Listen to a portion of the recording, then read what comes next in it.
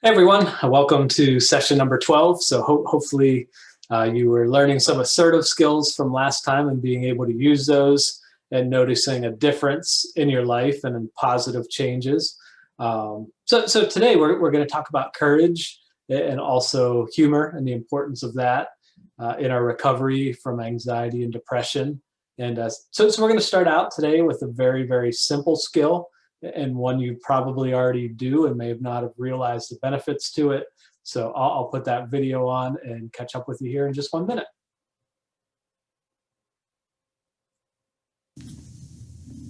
Hey, hope you found some great ways to practice some assertive behavior and, figuring out, where you need to make adjustments in that area if that's playing a part in your anxiety or depression. So for the skill this week, very simple, it's just yawning. And what research has shown a nice big yawn can do for you. So step aside, get out of a crowd, and just go give yourself some 3 big yawns. And so I'm just going out of the manual, but some of the research benefits from a yawn: it cools down the brain, it increases blood flow to the brain, it equalizes head pressure in your ears, increases your oxygen level, it stretches your facial muscles, and it activates oxytocin, which is a pleasure chemical in your brain. So give it a shot. I know for me, when I yawn, it usually makes me feel better. And, that's kind of the background why.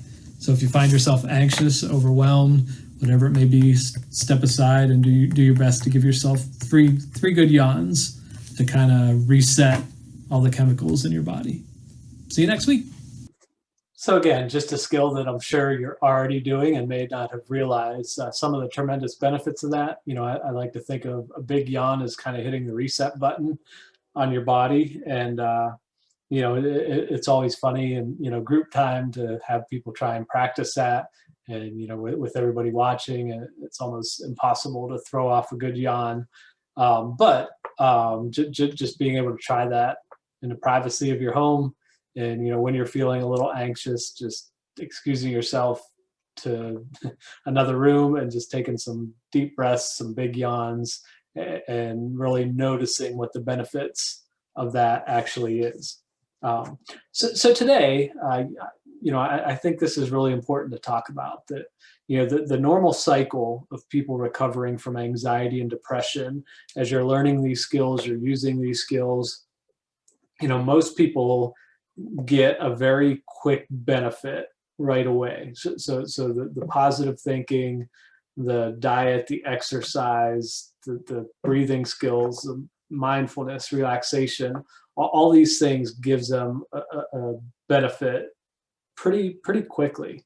And a lot of people will say, I went from my average scale 1 to 10, my anxiety was like always at an 8, and now it's at a 5, or now it's at a 4. And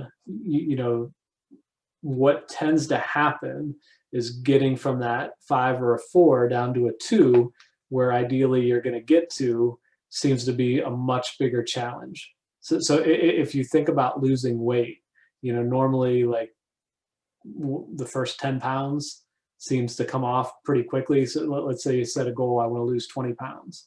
Normally those first 10 pounds may not be so bad, so much of a challenge, because you're changing like your diet and your exercise, and you're doing things, and then your metabolism readjusts, and getting from 10 pounds to 15 pounds is quite a little bit more of a struggle, and then trying to get those last 5 pounds is an absolute nightmare. But like I said, as long as you keep up with it, and you keep going through your routine, and you continue with good diet, exercise, eventually those 5 pounds come off. And so what we're going to talk about today is kind of like some of the roadblocks and things that, for somebody going through a diet, it might be Christmas. Got to have your Christmas cookies, or Thanksgiving, and vacation, and we're going on a cruise, and those sort of roadblocks that come in the way. Same with anxiety, like there's things that pop up, and behaviors and thoughts that can like keep you from getting some of those final points of moving you in the right direction where you want to get to. So just a couple points there. If you look at point number one, all change is supposed to cause discomfort. So, it's, if you said, hey, I've been going through this program and like I've felt great the entire time, like nothing's really challenged me, nothing's really like made me feel uncomfortable at all. Like, I would say that's not normal. The normal is you're breaking habits, you're changing things.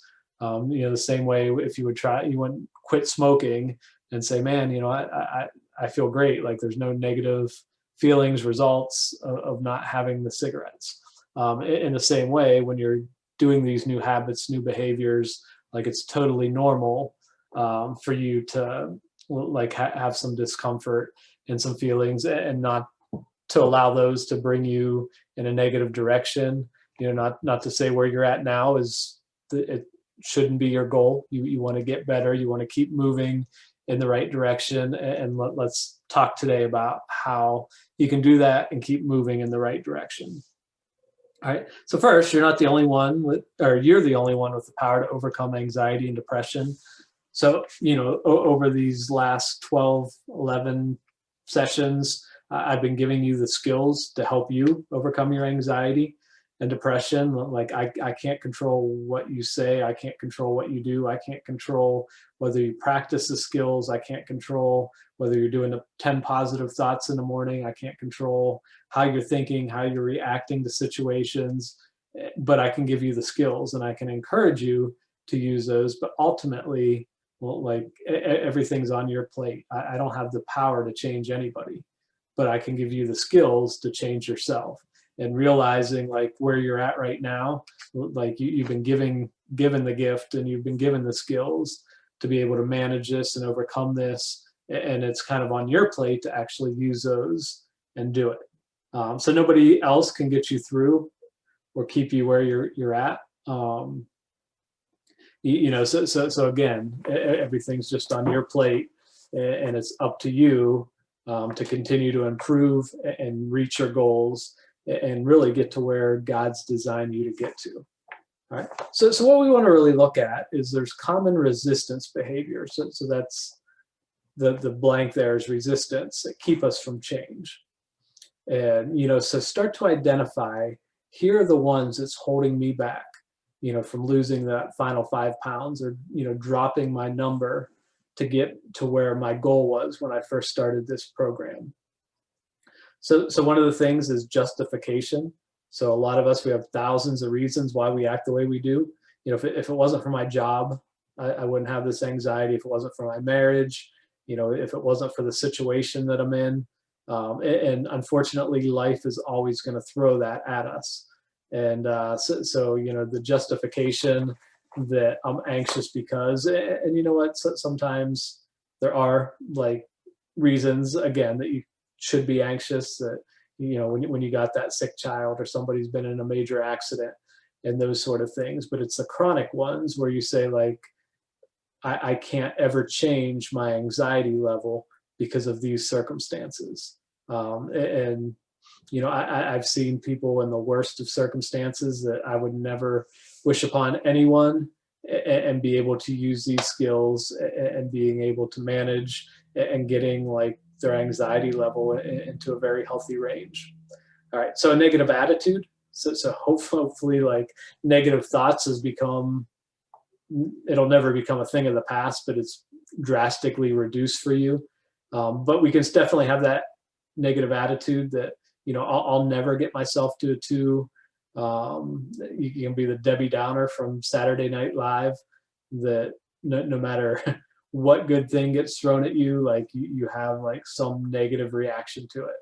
And I've worked with lots of people over the years that, had every negative excuse in the world as to why things wouldn't work. And again, the power's in your hands, and you just got to change that type of thinking with the better but believable thoughts. And no, millions of others have gotten there. I've gotten there, and you can too.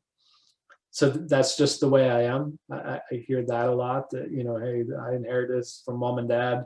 There's nothing I can do about it. That's the way I used to think. I got to the point where I'm just always going to deal with this and suffer with this, and let me adjust my life rather than like working my way through this. And I'm telling you, you don't have to adjust your life. You don't have to like shut out all your dreams and goals that you've had for yourself. Again, I became a professional magician, sit on stage in front of thousands of people, do a lot of speaking events, teach classes, all those sort of things that I would have thought I could never do 25 years ago when I was really dealing with this big time. So procrastination, a lot of times I'll hear, I'll get serious about these skills and I'll use this when I retire, when I get out of debt, when, so there's always a time you're putting it off to, and just to know there's no better time than now. And going down the list, over analyzing, we love to overthink things. But this isn't rocket science. I remember going to Dave Ramsey. He's kind of like the financial guru in the world of Christianity, and helps people manage their money and debt. And this was like an all-day, like 8-hour seminar that he was speaking at. And he gets introduced. He comes out on stage. He's like, "Hi, my name is Dave Ramsey. I just want to tell you all, like, spend less than you make." Puts the microphone down, walks out. "See ya. That's all I got to tell you." And everybody laughed, and he came back out and said, but that really is like the basis. Staying out of debt and like managing your finances well isn't rocket science. You spend less than you make, and it's the same way with recovering from anxiety. It's not rocket science. You're learning new breathing techniques. You're learning to be positive, and learning new ways of thinking. You're not panicking about panic. Like, none of this is like over the top, like hard to understand. So morals, people think like, maybe I don't deserve to feel better. And I promise you, God created you like not to live in fear, not to live in anxiety and worry. Or maybe you feel bad about not allowing people to run all over you, but knowing that, Jesus stood up to people and stood up for what was right, and you can do it too. Nobody understands me. Hopefully now that there's millions of people out there. Again, 25% plus of our population dealing with this, suffering from this, understanding all the way back in session one, all those symptoms and things. So insecurity, a lot of times I hear, what if people don't like the new me? What if people don't like when I tell them no? Or what if people don't like when like I don't like need to rely on them to make me feel better, and those sort of things. And part of that just says that's on them. Like, you need to be who God's designed you to be, and not live in anxiety, not live in fear. And if people don't like that, like, it's their need to adjust more than yours. All right, so that down there's a place. What resistance to change do you have? So again, look over that list, and I want you to put any of those resistance that you see in yourself, and then come up with a better but believable thought. And you can use that for homework if you want, or if you want to pause the video while you do that, you can do that as well. So one that I remember, like saying to myself, that's just the way I am. I'm going to have to adjust my life, my plans, my goals, my dreams. My better but believable thought was, God has so much more in store for me. I just need to trust and follow him, and knowing that, this isn't what God desires for my life, that I can overcome this, I can recover. Now, God's used it in a powerful way. My experience has allowed me to help so many other people. I have no idea, as I'm making this program now, like how many people will be watching this, how many people that it could potentially help. But God knows. And he has helped me so much, and I know he's going to help you so much as well. So justification, part of that, the excuses. Right now work is just too stressful for me to help. First of all, I would say the better but believable thought, my recovery can trump all and any excuses. That this is my goal, this is my desire, this is more important than anything else. And you know, if I have like a crappy job that I just don't like, there's a lot of people that don't like their job. You know, if I'm in a marriage that's struggling, there's a lot of people in marriages that are struggling, and that is not a reason that you can't feel better, that you can't move in the right direction. And you know, you can always improve your marriage. You can always change jobs. You know, you can always, whatever the situation is, make things better, but make yourself better first. Okay, so hopefully you were able to find some things in there. Again, what's keeping you from getting to your goal and what's keeping you from feeling great. You know, I like the verse John 10:10, the thief comes only to steal and kill and destroy. But Jesus says, I've come that they may have life and have it to the full. And, you know, Jesus doesn't want us walking around at a 6 on a scale 1 to 10 on how bad our anxiety is. You know, look, really hit these excuses, these resistance behaviors, and allow yourself to get down to that 1 to 2 range, which is where you should be shooting for. And I can tell you, so many people that have been through this group has reached those marks. All right. So number 3, this is the hardest one to understand. There are secondary gains for our behaviors. And I would have told you, like, swore up and down, left and right, when I was going through this. If somebody would have said, hey, what are you getting out of this? I would have said nothing. Like, I hate it. Get it away from me. And this is something that it may be like after your recovery and you're on the right track. And it may be months from now, even years from now, you'll come back and look at this and look back and say, oh, you know what, maybe there was some things I was getting out of this. All right. So some subpoints. We are all creatures of habit. So 65% of the things you do today, you're going to do tomorrow as well. So even bad behaviors, we get something out of. So if you're a smoker, if you're a drinker, if you're a negative person, like there's reasons behind that. So be willing to take an honest look at secondary gains. So you can see a list of some secondary gains that may be a part of anxiety or depression. So some people gain attention. So when you have panic attacks, you know, when you're extremely anxious and, you know, tearful and that sort of thing, maybe you get extra attention from your spouse, maybe you get extra attention at work, those sort of things. You know, you can avoid responsibility, and I can't do it, I'm too anxious today. You know, justifying dissatisfaction. Maybe all these bad things are going on in life and your anxiety gives you an excuse card to, like, just be dissatisfied about life. You know, gives you a chance to blame. You know, I can't do my job because my anxiety's through the roof, or, you know, I can't be there for you because it's just too anxiety producing for me. It allows you to avoid things. And, you know, the fear of failure is in there as well. So I'll say, like, back at mine, as I look back, it was kind of like a get out of jail free card. So if there was something I didn't want to do, something I didn't want to go to, it was very easy to say, like, you know, I would love to, but, like, my anxiety has been really bad, and I, you know, I can't go on this camping trip, or I can't help you with this thing because of my anxiety. And it was almost like my anxiety gave me that get out of jail free card that I could just pull out of my pocket when I needed to and use it to my advantage. But I had to realize recovery was so much better and so much more important than that get out of jail free card. And like I said, along the way, I learned some of the assertive behaviors and realized it's okay at times for me to say no, and I don't even need that get out of jail free card. All right. So I like the statement, you know, Dr. Henry Cloud and John Townsend says, we change our behaviors when the pain of staying the same becomes greater than the pain of changing.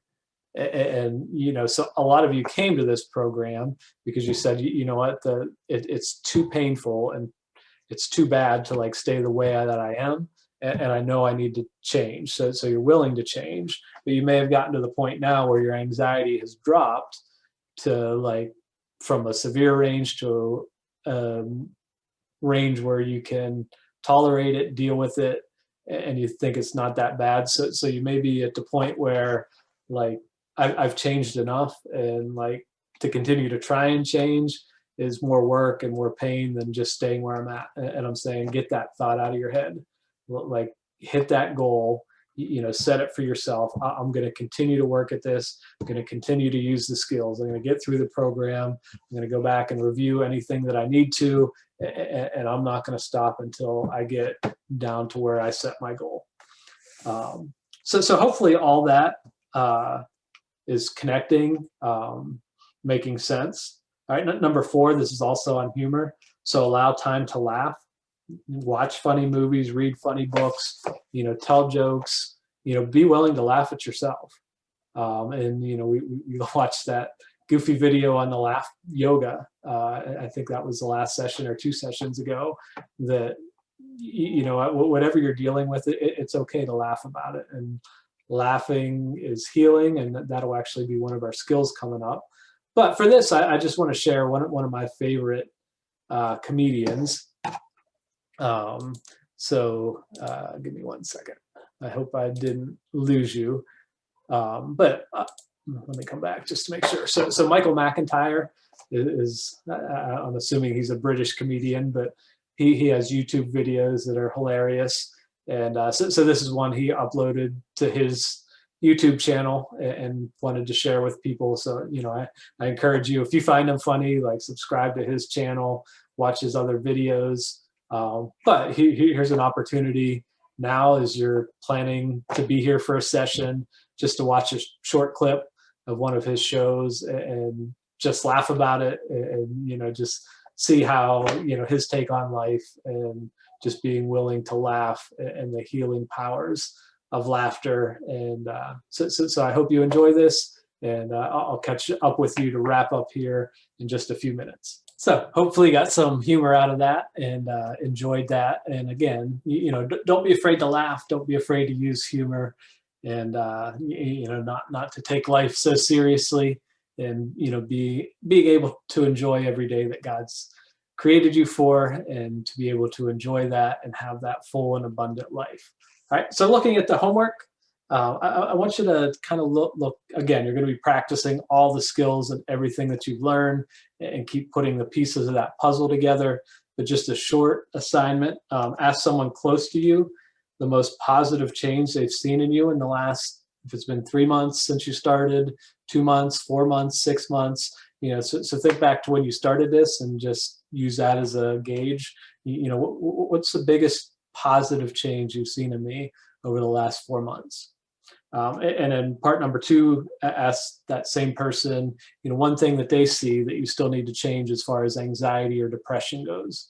Like, where do you still see me being negative? Where do you still see me struggling? And what do you see from the outside where I still need help? And again, keep practicing all the skills, exposing your amygdala. That's a little, I don't know if we even talked about this. Like, so this is what your brain looks like. And inside there's a little walnut-sized piece called the amygdala, and it's where a lot of your anxiety and depression stems from. And so that's the part of the brain that we're targeting with these new habits, these new behaviors. And just stick with it, keep it up, set those goals, whatever the resistance behaviors you've written down and found yourself in. Use a better, believable thoughts, overcome those, and set your mind that you're going to be the person God designed you to be. And can't wait to hear all about that, and also to see you in the next session for session 13. See you then.